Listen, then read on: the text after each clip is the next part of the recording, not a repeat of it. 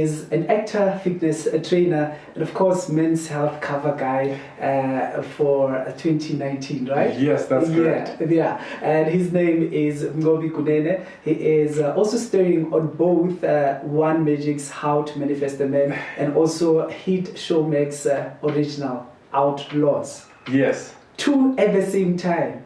There's also just my brother's keeper that just started like yesterday. Look, I haven't even counted enough. Mnqobi, good day and welcome to Outlaws Radio. Thank you for having me. And thank you so much for making time to come. Thank you. We've been looking forward to this one. I've been looking forward to this. Yeah. Okay, so I've said all of these things and I'm seeing you and I'm thinking, why not a model?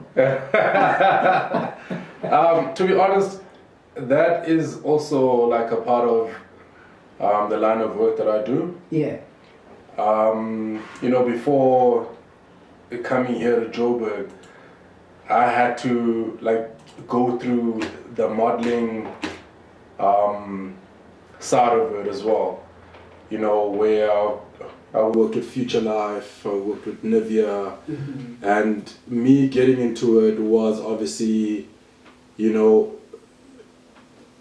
all started with the cover of Men's Health in 2019. And prior to that, I had been trying to get into like a modeling agency in Durban because I was based in Richards Bay before all of that. Okay. So I had been trying and, all the agencies just kept on telling me that I'm too big to be in this industry. Too big? Too big. I was weighing 115 at that time. I was playing rugby and, all I knew was just lifting heavy weights and having an unhealthy diet. I was about to ask if it was the rugby effect. It was.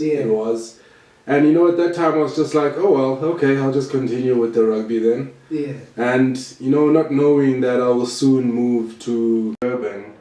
And in Durban I decided to just switch my training style, because I was also just like tired of playing rugby and getting injuries and nothing out of it, Yeah.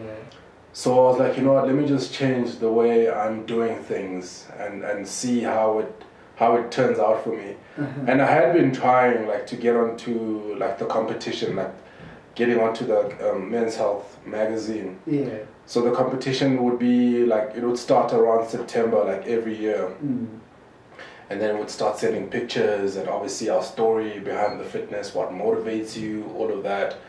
And at that time I was just like, I'm just entering this competition and I don't know what's going to happen. Yeah.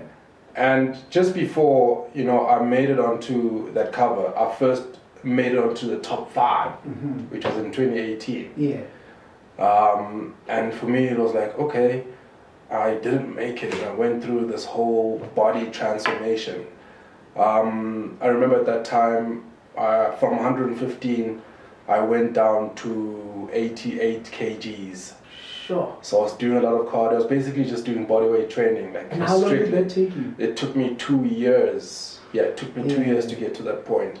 I could say that, changing my method of training really just, it kind of like opened my eyes in terms of just the industry, the industry as in the modeling field.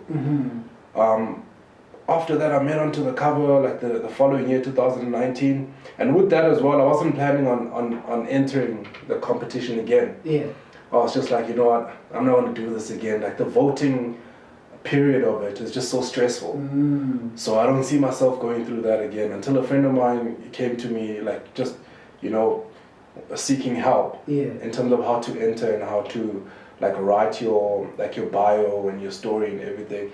And then I was like, you know what? Let me try one more time. Yeah. I tried one more time.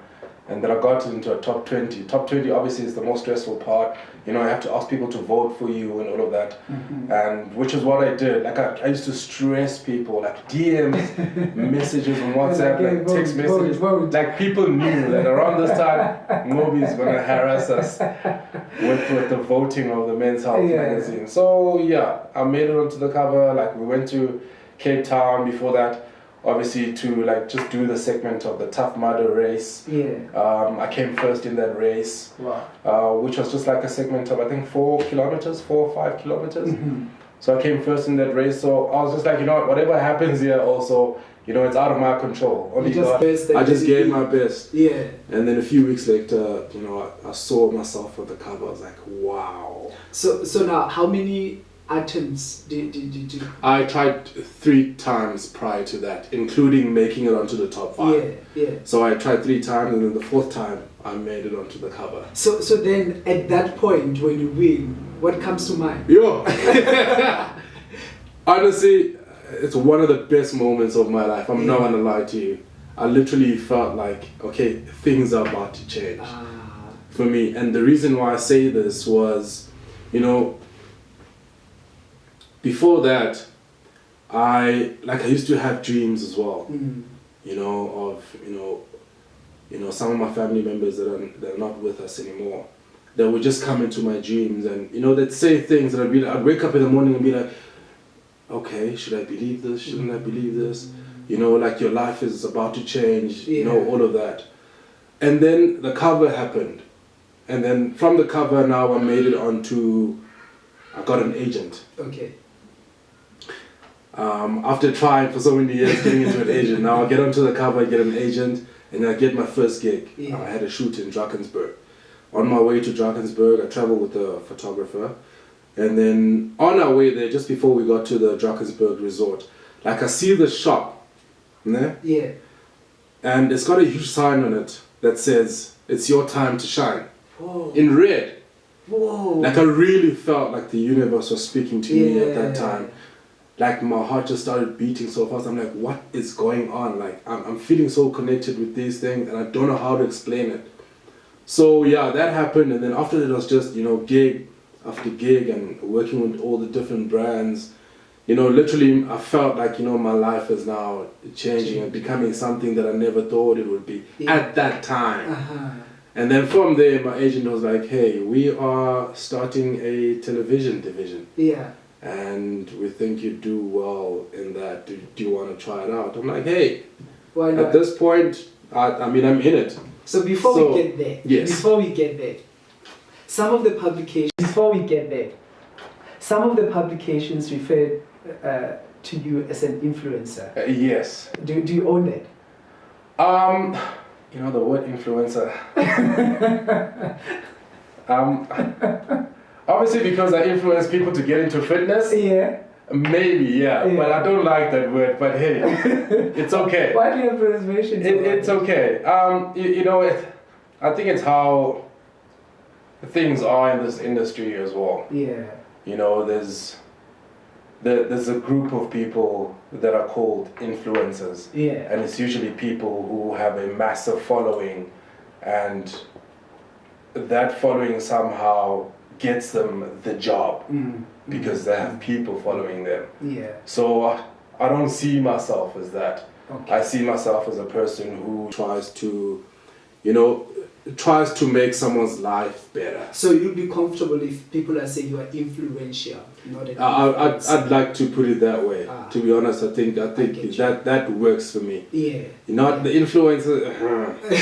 I get you. I get you. Yeah. And if you were to describe Mnqobi Kunene for us, yes, how would you describe this guy?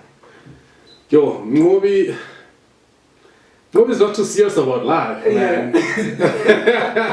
No, you might look like it is.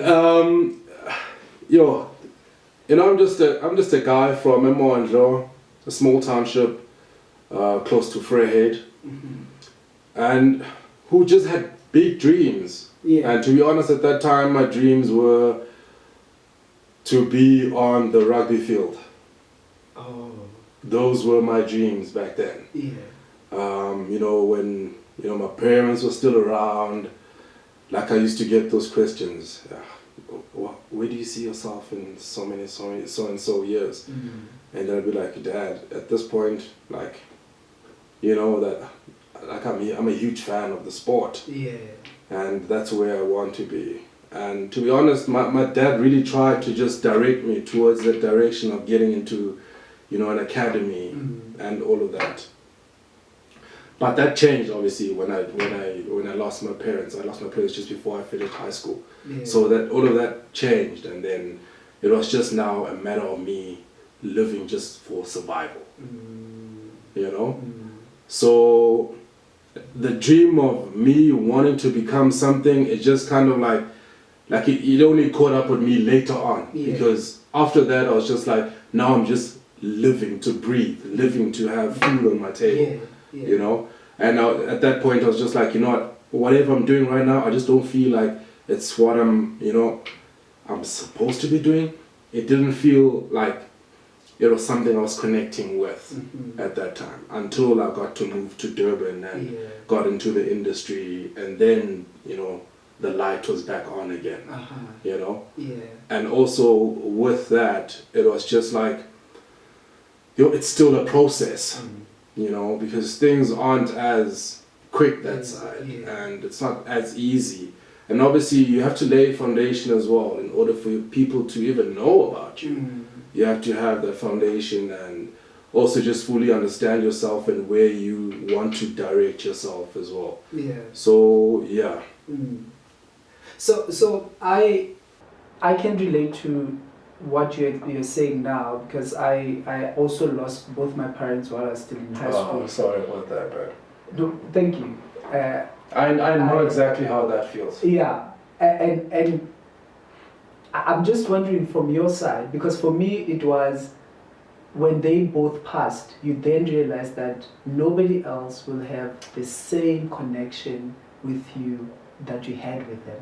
You know, you nobody understand. Else will sacrifice the same way they did. Yes. Nobody else will understand your dreams, your hopes, your aspirations the same. Yes. How was it like for you to be able to figure that out and be able to say, okay, I need to take direction?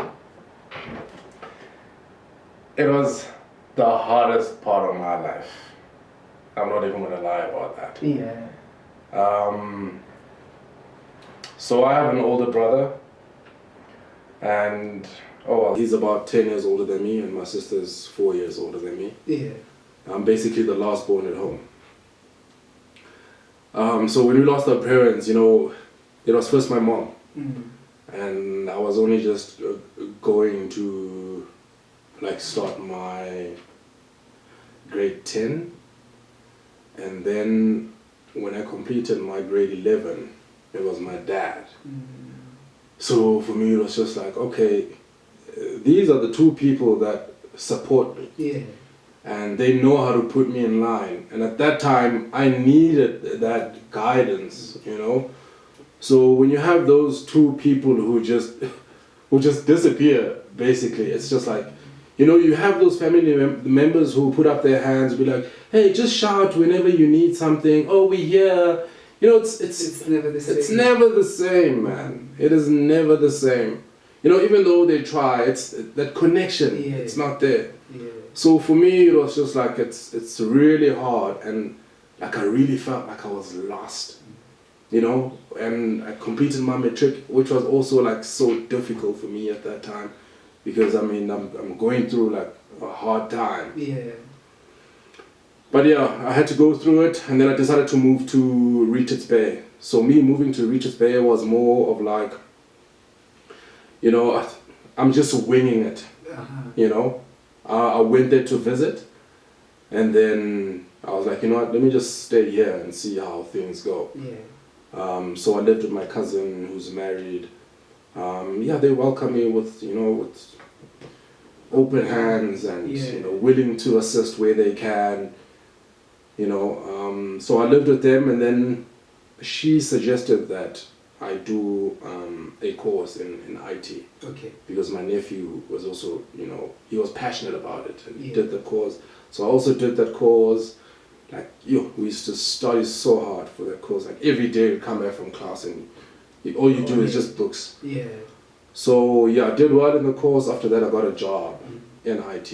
Yeah. And then I just felt like, you know what, I'm doing this, but it's not fulfilling. It's not me, man. Yeah.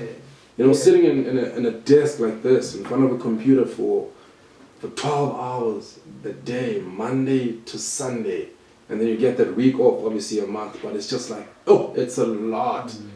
it's a look, like I don't want to be here. So I switched. Yeah. Like from there, I was like, I need to make a decision. And not everyone is going to like the decision, but I'm winging it. Yeah. I'm going to see what happens if I don't do this. So I dropped it, I resigned, I left. And from there, I moved to Durban. And also Durban, it wasn't just me getting to Durban and getting into the media space. No, it took some time. Yeah. You know, like I said, like I went through that, you know, that transformation phase where I just want to reshape myself. So all of that took almost 2 years, you know, and then I got into an agent. And yeah, also very steady, but there was direction. Yeah. You know, another person would just be like, can you really sustain yourself with what you're doing? But with me, like I really believed in it. I really had that, you know, that hope that, you know, one day this will, you know, become like that step that really, you know, got me to where I'm meant to be. Yeah. Which is exactly how I So I feel. In hindsight, what would you say kept you going in the midst of everything that was happening? To be honest with you, the fitness kept me going. The fitness kept me going. You know, the fact that I can wake up in the morning and motivate myself to get out there and just, you know, just go out there and sweat, man, and just be yourself. Yeah. And that is what kept me going. Yeah. Wanting to be better every day, you know, wanting to improve on my mental health as well. That really kept me going. At some point, I thought I was crazy. Yeah. People around me thought I was crazy. But I knew that at some point things will change. Yeah. Yeah. But I think big up for not giving up.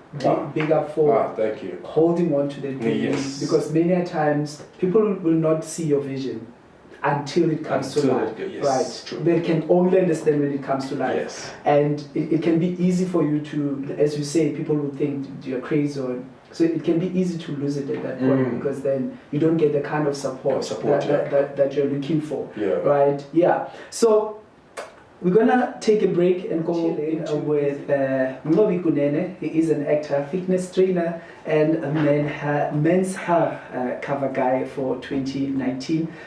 He's on How to Manifest the Man and also the Showmax original Outlaws. And just yesterday, yeah, actually on Monday. On Monday, yeah. My brother's keeper. My brother's keeper. Yes. Yeah. Many brothers there. Yeah, there's 5 brothers. Yeah. And then Kwezi dies in the second episode. Hey. Okay. Okay. We'll touch on that a little bit later on, right? Because it's another interesting one. Yes. That we actually have to watch. And I think also what excites me the most is that we're getting new shows, and with new shows comes brilliant talent. Because I think for so long in the South African space, we've had faces that were circulating so much that, you know, people are even complaining that you're closing doors, but at the same time we knew that there's so much talent, you know, out there, but we keep seeing the same faces. Why don't we mix? Why don't we, you know, expand the space for others to come in? Yeah. So we spoke about, you know, your childhood. Yes. And you then moved to Durban where things happened. I don't know if I'm correct. Were you at some point a car sales executive? Yes, I was. Yes, I was. Yeah. So, like I said, when I left the IT job, I was offered a sales rep position at Richie Auto. Yeah. And I took it because at that time I was like, I can't handle the pressure, you know, from the job I was doing. So I'm just going to take whatever comes my way at this point, you know, just to be able to, you know, survive from month to month. So, yeah. I went into car sales. I did it for about 1.5 years. Then I had to move to Durban. Okay. So me moving to Durban was basically just a point where I was like, I'm just trying to, you know, just push that reset button and, you know, try to find myself. Basically, because I had been trying to get into agencies while I was still in Richards Bay, and then I went to Durban. Also, me moving to Durban, I had to first find a job that was going to be able to sustain me while I'm still there. Yeah. Because I can't just, rely on just finding an agent and just getting into the field. There has to be something that's going to, push me and be able to make a living, basically, and which is what I did. So when I got to Durban, I got into a fruit and veg Durban Fresh Produce Market, let me just put it that way. Okay. So they have agencies within the Durban Fresh Produce Market where you also get to be a sales rep. You get to approach farmers and, work on a price and on selling their products. Okay. And then bring onto your floor where you sell it to now the buyer. Buyer becomes your checkers, your boxer. So they walk onto the floor. When they buy, they don't just buy for Durban, but they buy for all the other shops, that are obviously supplied by the wholesaler. So yeah, that's what happened when I got to Durban, until I got to like a period where I found an agent, and then I started getting gigs. Also with that as well, like I still had a job when I got into an agent. Okay, so it was... Yes, I was juggling it around. I had to balance it, So the process of getting an agent, what was it like? The challenges and what is it that you found yourself having to push the most? In terms of getting an agent for me, I don't think it was that much of a challenge. I think the only challenge was the fact that there's not that much of work. It's not as consistent as obviously Joburg and Cape Town. I mean, there's a lot of productions in the big cities, but Durban, it still has that, that slowness, even though it's growing, and there's just not much of a, that much of growth as it is in Johannesburg, obviously. But there is that, the movement, basically, and you find a lot of talent as well that's just, giving up because there are no jobs. And you'd find that people are part of agencies for years, but they haven't gotten any gigs. But with me, like when I got in, like I started getting the jobs, which is also something that I was grateful for. Let's talk a little bit about fitness training. Yes. At what point did you start doing it professionally?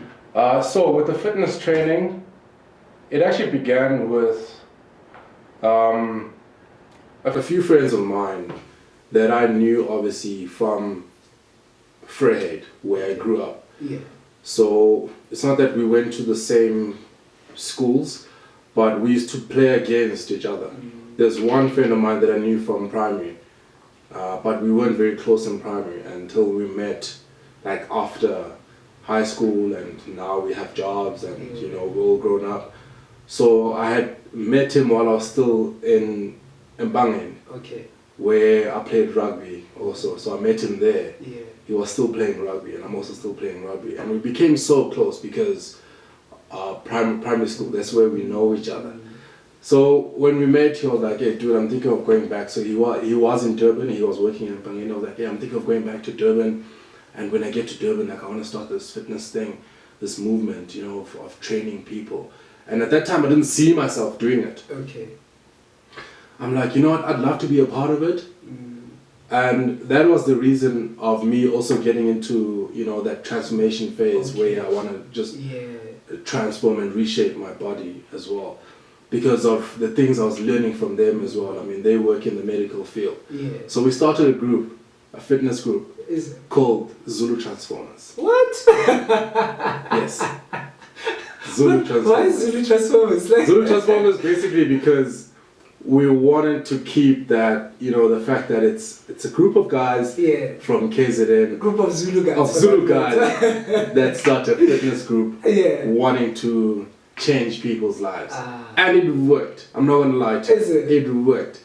We trained people for free. For free? In Glenwood. Talk about passion. No? Listen, so we went through it. All of us went through our own individual transformations. We started an Instagram group, Facebook group, and we were doing that thing, man. Training people, giving them the basics of fitness, basically teaching them how to use their own bodies to being in the best shape. Yeah. You know, incorporating that with obviously cardio and some exercise like core exercises and how important it is to train your core. So that's where the whole thing started. I'm not going to say that's where the passion started because I had been playing rugby prior to that. Yeah. But there it was just now a matter of, okay, now we are bringing this thing to life. You know, as much as you've been in this field where you are just, you know, where fitness is a part of your life, but now it was more of like a serious thing. Now you're conveying it to other people. And honestly, it was also a part of this journey that I'm on as well. We're getting into acting because I was never a person that would speak in front of people. Is it? I was so shy. I used to be so shy until I got into that group and I could see my friends doing it. Like I'd stand in the crowd and hear what they say. Yeah. So there'd be a time where they are late and now someone has to. And you're there. I'm there. So I'm like, you know what, let me just step up. Let me step up and do this thing. And I did it. And people believed in it. Like, it went on. From there, it went on. And then it was like now more work with my agent as well. Yeah. I started getting more gigs as well. But now the fitness thing, I also got into a program, like a school's program, where we were training kids during their PE period. Yeah. So we used to train kids in Clement as well, with the same group. So a few of them were still like studying in varsity. And at that time, for me, it was my bread and butter. Oh. Because now I had left my job. Yeah. I actually got retrenched. Yeah. At the Fresh Produce Market, I actually got retrenched because of the Men's Health magazine, which is what I believe. Because I had to ask people to vote for me every time. So the bosses would say... So what was the problem with that? Well, okay, so with me being retrenched, what they told me was like, there's now no more work. Yeah. But my thing is, with that job that I was doing, being a sales rep, I was meant to get a license for it. And they kept on postponing with the license, you know, saying, no, we'll do it. Because the manager of the market would come onto the floor and be like, why is he doing this job if he still doesn't have a license? And then they would obviously like be able to cover for me and all of that. Until they got to a point where like, okay, now we're retrenching him. Because they could see that my passion wasn't here. You know? Yeah. And also because of what they're doing as well. Like I felt like, you know what, I can't be here if they're not gonna do what they're supposed to in terms of me getting my license. Yeah. So I was like, I'm just gonna focus on this. Right now it's working for me, and I'm gonna do it. So I did that. I also got into so with the schools program that I was doing, the lady who was helping us also got into they got us into ETA college to do now the personal training course. Yeah. So we did that course as well, and then I carried on. Guys, he's qualified. he's qualified, right? Hope you got that. Yeah, and I mean, as a fitness trainer, because I've seen some of the pictures of people that you helped to transform. Yes. You've done your research. Well, I'm respecting. It's called respect. Nice. I like that. So for you, when a person reaches their goal, because obviously when you start, you plan, you check where they want to get. Yes. When they reach that point, what does it mean to you? You know, it means so much to me. To be honest, even today, I still have people who would send me the before and then, I carried on with Guys, he's qualified. he's qualified, right? Hope you got that. Yeah, and I mean, as a fitness trainer, because I've seen some of the pictures of people that you helped to transform. Yes. You've done your research. Well, I'm respecting. It's called respect. Nice. I like that. So for you, when a person reaches their goal, because obviously when you start, you plan. You check where they want to get. Yes. When they reach that point, what does it mean to you? You know, it means so much to me. To be honest, even today, I still have people who would send me the before and recent pictures where they're like, Mnqobi, I'm really grateful of the things that you told me and how I should approach this thing and they are doing exactly the way I'm approaching this fitness thing. Yeah. Like it has to be a part of your life, man. Like it's not just about you looking great physically. That's a given. Yeah. You will get there. Eventually you get Yes, you will get there. It's just a matter of you motivating yourself every day that, you know, at some point, hey, I need to do this. You know, regardless of how I'm feeling. Yeah. And regardless of what happened at work, I need to get out there and do it. So if I see someone who's like, no, it's been so long and this is how I look, I'm like, you've got it. Yeah. That is what I want to see. Yeah. That's what I like. I saw a post like 2 days ago. It was this guy's birthday. And he spoke to me last year on his birthday. He was like, dude, I need a routine. Please just give me like the basics of body weight. And I gave him the basics of body weight. Now he's looking great. So he posted a picture of him last year. Yeah, and now I'm like, you know what, this is the stuff I like to see, because this is what I try to convey to people. Yeah. This is how you approach it. Yeah. This is how you get things done. So I really respect that, and that's what I like about it as well. That, you know, you can convey it to someone. Some people just like, you know, they do it for a few days. It's all just a matter of having that reason behind it. What is the reason for me of doing this? You know, it has to be something that you connect with. Yeah. You find a lot of people that do it just because they want to see physical results. It's not just about that. You know, there's more to it. There's longevity as well. Your mental health, you know, and just trying to have your body functioning for the longest time, or try to keep it in that state for the longest time. So obviously it's not just about the fitness as well, it's about eating healthy, keeping like strict diet as well. So it's much deeper than just, you know, that what people think it is. Great stuff. So it is a lifestyle. It's not just an event that you know you do. His name is Mnqobi Kunene, and we're having an amazing conversation with him. We're gonna go back into a music break, and when we come back, we now move to his acting career. It's unquestionable. We see what he's capable of. And ladies, it's time to maybe get your glass of wine and get that position right. Okay, the spotlight is on our guest, and today I promised you last week that we're going to get a guy, and not just a guy, but a gentleman, and not just a gentleman, but a good-looking one. Thank you. A hard-working one. I try. A talented one, an exceptional one, right? So his name is Mnqobi Kunene. He is starring currently on How to Manifest a Man, Brother's Keeper, and also the Showmax original Outlaws. So Mnqobi, yes. Now we move into your acting career. Yes. Right? And what's interesting is we get to see you this year, and I'm saying this year fully, the like in totality, right? Yes. Your work and stuff. But 2001, you were on Imbing as was P. Was it 2000? No, it can't be 2001. I'm not that old. Sorry, 2021. 2021. Yeah, 2021. Yes. I was actually Nkuleko's comrade. Nkuleko at that time was portrayed by Mnqobi Kunene.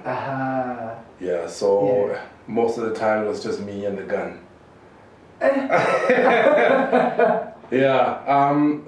Obviously that time was, you know, during where I had just recently got into like the television space. Okay. I had just done the acting course through my agent and the KZN Film Commission, and you know, Imbe was more of like, you know, the ground level, and obviously we all have to start somewhere. True. And I'll always be grateful for that. You know, always be, because I look back to that and I'm like, you know, I've changed so much also as an actor from that to where I am today. You know, so it's something that I'm really just grateful for and really appreciate as well. That show, I've got some memories that were left on that show, bro. Even though I had like a very small role. I mean, I think I only had 3 appearances on that show, but it's something. Yeah.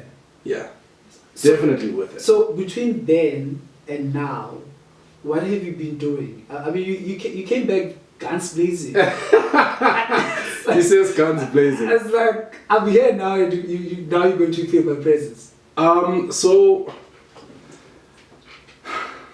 after Mbewu, there is a guy called Luzu Weyafela. He also has his own production company. Okay. That guy, ne? He also had a huge impact in my career, because he auditioned. I did an audition with him when he was doing a short film called Death of Spaza. 24-minute short film. Okay. And I was supporting the lead at that time. Also, with only just 2 scenes, but I also appreciate that kind of work, because I get to see myself. I get to see where I need to improve and how to do things better on screen. You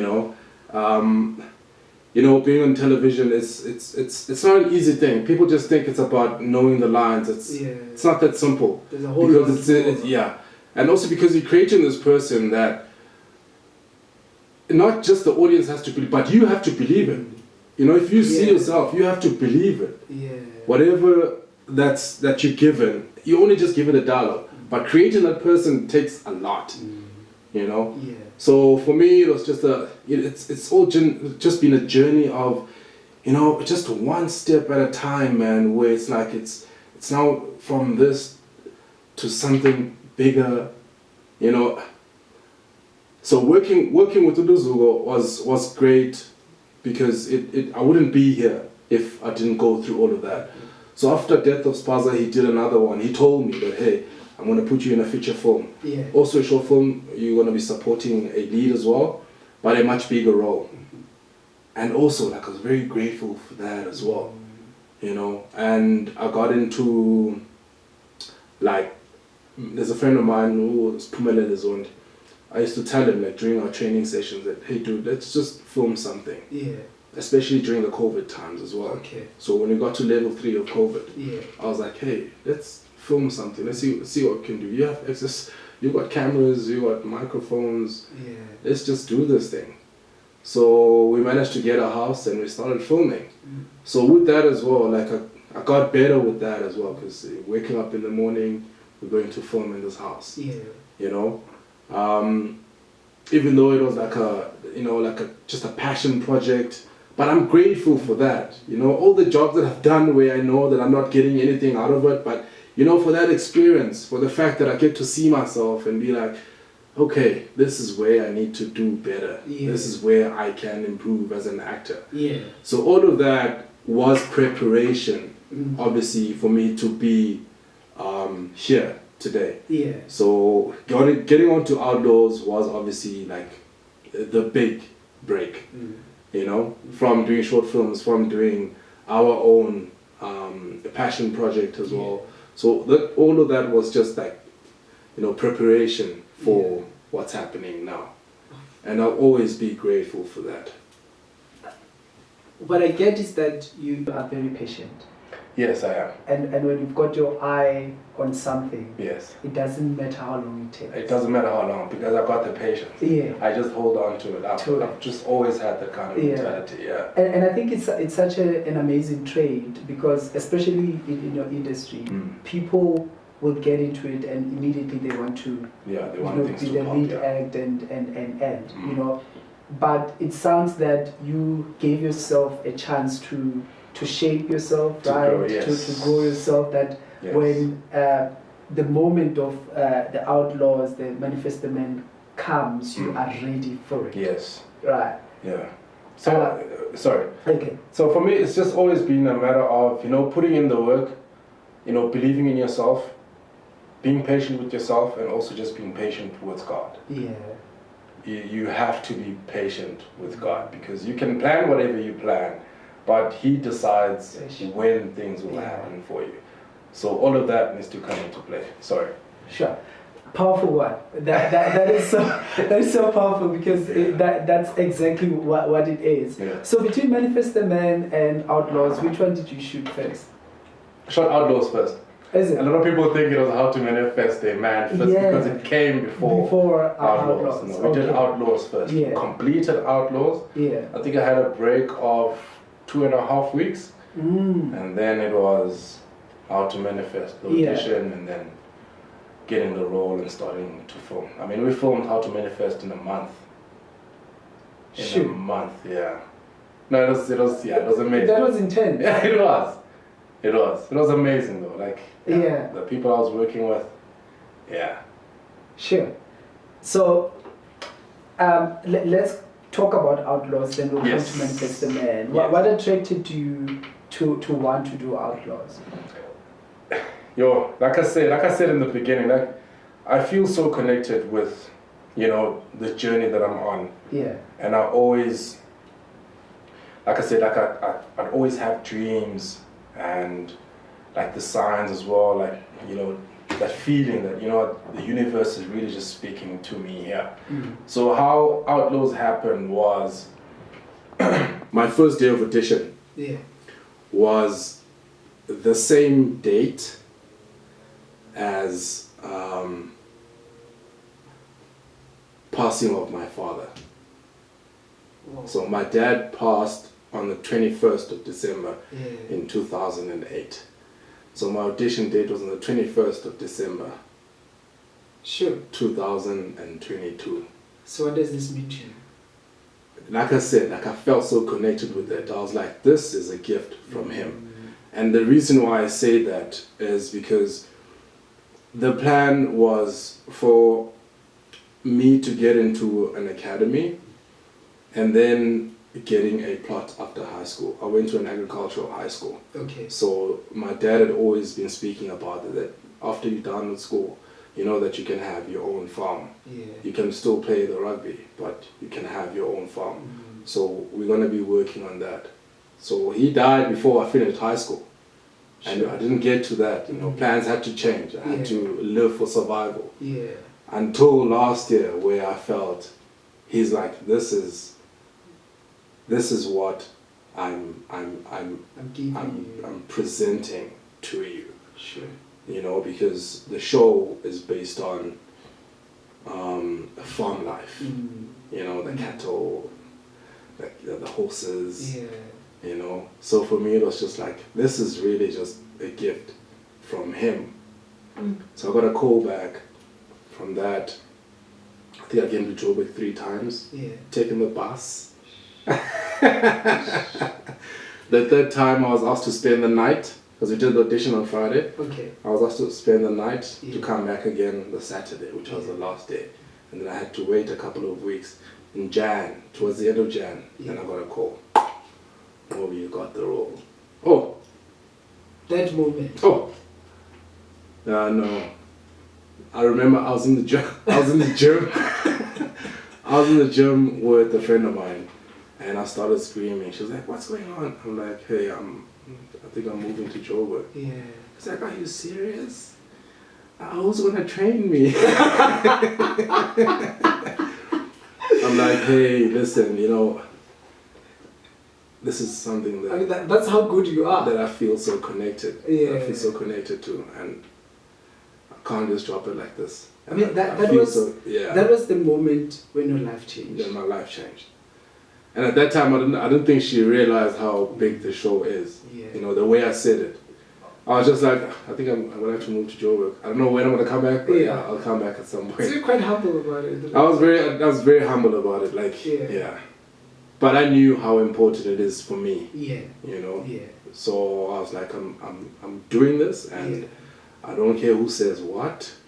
I don't care what's in my way. Yeah. I'm taking my things, and I'm going to film a new show called Outlaws. So how were you able to bring the cultural aspect to it? To the character you're playing, of course. As in me speaking vernacular to the show. Oh well, they did say at the audition that it's this character, or the show basically is based in KZN, Lesotho and KZN. Yeah. So I've been there. I've been in Underberg. I've been in Drakensberg. Yeah. So I know the language that is spoken there, and I also know the stories. Okay. Because after the audition, we went on a trip. There's a hiking group that I'm a part of called Bantu Hikers. Okay. So we usually go on hikes, like towards the end of the year, it's like the big hike. So we went on a hike and it happened to be Sunny Pass in Lesotho. Oh, gee, yeah. So now you see... Now you see when you say the universe yes. speaks to you. So right so after alive. the invitation, my friend calls me, hey, Mnqobi, pack your bags, we're going. You're not going to be alone at this time. You don't want to be alone at this time of the year. So we are going to Drakensberg. And then we get there, they're like, oh yeah, we're going to go on a hike. It's a 20-kilometer hike, 10 kilometers up, 10 kilometers down. We're going to the border of Lesotho. I'm like, yeah. And the story you're going to be telling is about cattle theft that happens in Lesotho. I was like, what are the odds? You know? So I got through that. I was like, yeah, no, man. God really does his thing. Yeah. And that's the only way I choose to look at it. Yeah. Yeah. Yeah. And it's been quite an amazing journey. No, it has been quite an amazing journey, yeah. It has been, you can tell. So when we look at the character, if you have to summarize it for somebody that hasn't watched it, what is the character about? The character is obviously just your certified lover boy. Mm-hmm. And all he wants to do is marry his childhood sweetheart. Mm-hmm. Who's obviously now found someone else and who came at the time where she was grieving the loss of her parents. So for her it was like it's something different compared to what she's known all her life and the guy that she's been with all her life. Yeah. So to her it was like an escape. So Kunene, all he tries to do is just to win her heart. But then also he's got a father. His father is just like, his heart in him is also like very blunt as well, and he wants things done his way because he's the mastermind behind the cattle raids. Sure. So he's in his father's shadow the whole time. So what's my character is it's just a guy who's in love. Mm-hmm. That's what you get out of him. It's just a Zulu guy who's just in love and wants to get married to this girl and obviously start a family with her. Mm. But yeah. Did you find yourself perhaps relating to the character in any way? Honestly, I did. I did in a sense that, it's the life that I wanted for myself. Like being able to, be in the business world where I don't have to wake up in the morning and go to work for someone, but where you guys are owning your own company. So that's how it felt. And also with Putum Tutuzi Nombela being my father. Mm-hmm. And mind you, Putum Tutuzi Nombela, on a show called one of the short films that I did with the Luzo. Okay. So he's also on that short film. Yeah. So now seeing him, when I saw him in the call sheet, because we first went on to the, we did training, like horse training, and we also did like the shooting range as well, like a month before we started filming. Yeah. So when I saw him on the call sheet, I was so excited to see him.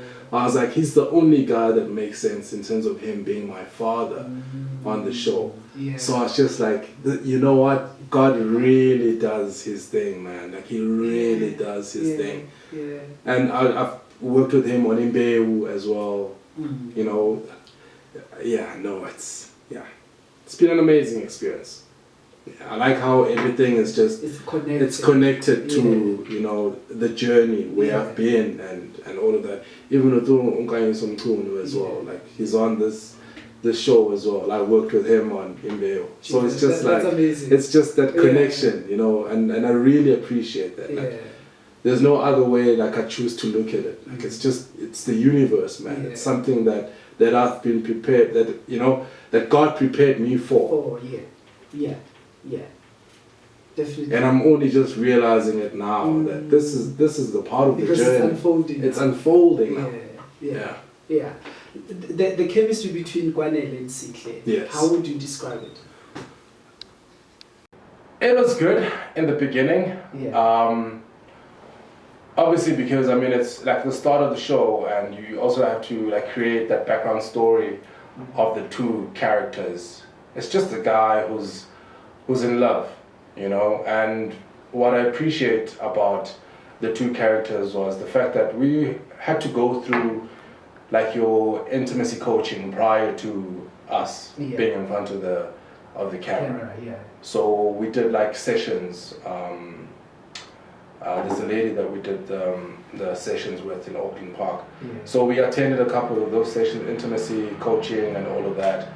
And they really helped, you know, because we had to build that chemistry as well. So it's just two people who love each other at the beginning of the story, and then obviously the dynamics of the story changes, and they start. She falls for someone else, and maybe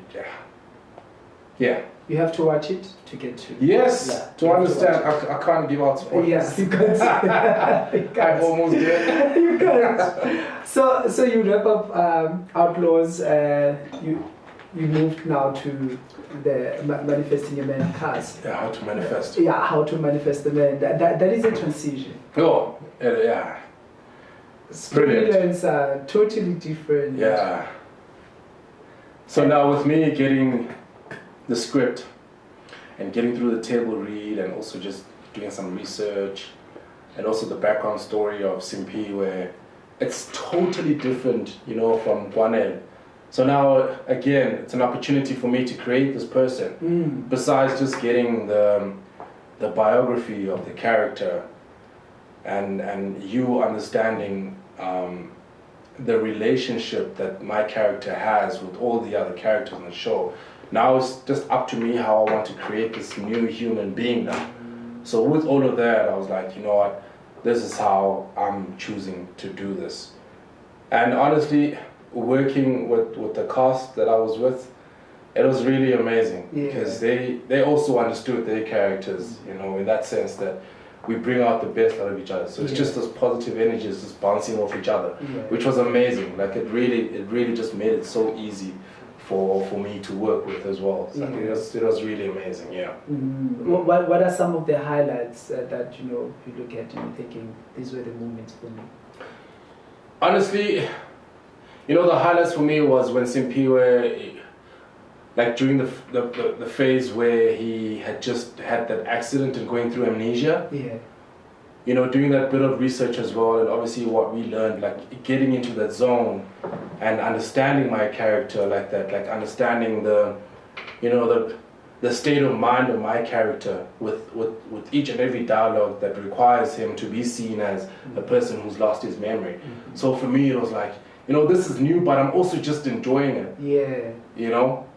So most of the time it would be those moments, obviously, and obviously just the chemistry of him with the side chick, Haisang.